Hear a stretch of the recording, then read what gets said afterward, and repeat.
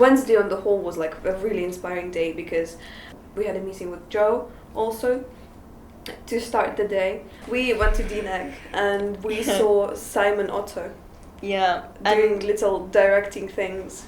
How he worked was so cool to see, because you don't get to see that a lot when, I don't know, you don't get to see that a lot outside, and how he worked was so cool. We sat there and he was doing the viewings and he was doing like the revision of animation, and it was just so insane.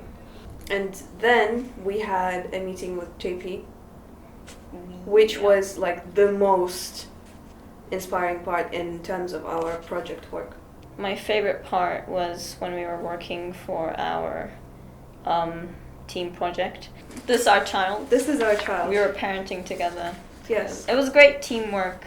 First 2 days it was kind of like the rough outline of the project, and after the meeting with JP we were like we got very passionate about it. Yeah, and that was a great actually kind of connected all the dots together and saw where we should go with it.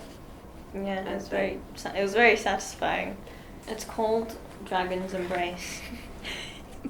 And it's about two siblings that basically are separated at first, but then they get more comfortable with each other and more involved in their lives together. We put our own experiences into it. Me as a younger sibling and Daria as an older sibling. Yeah. It was very fun. It was very interesting to see both sides of the both POVs and to just merge them together. And it was great. It was great. The tagline, let me read you the tagline. In a world consumed by shadows, two siblings embrace the power of dragons to reclaim the light. Sounds very fancy. It sounds really fancy, but it has nothing to do with the plot, but at the same time it kind of makes sense. Well, it kind of does. And then we have like a reference pictures, and we were telling about the world, how it's like a dark fairy tale, and we have like different species, different tribes, and tribes also divided into different roles, role allocation, Marxism, joking, no Marxism. And then we showed like the picture of an elf village, and the village is a village of fiddlers because they are fiddling on a flute, which was inspired by a bar that we saw passing on our way to Locksmith, and some character design. We have a lot, which Perry did.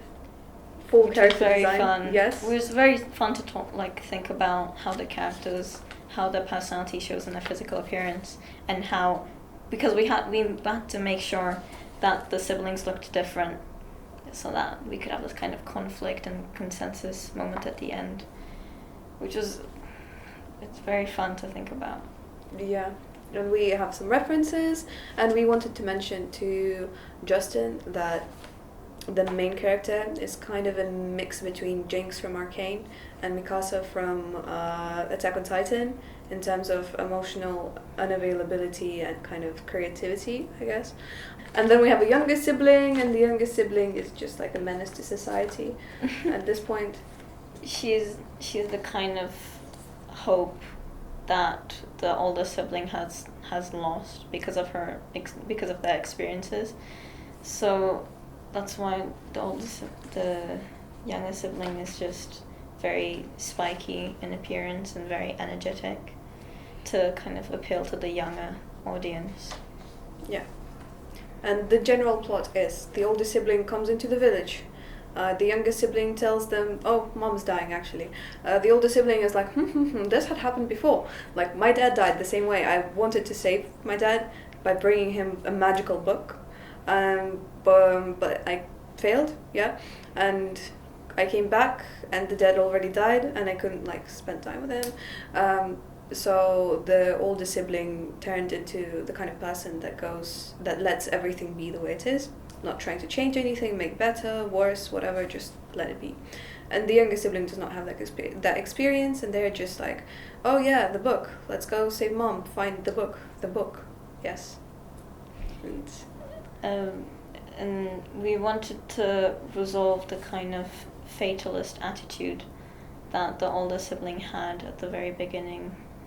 So that's where the younger sibling comes in. I was like, no, we can do this.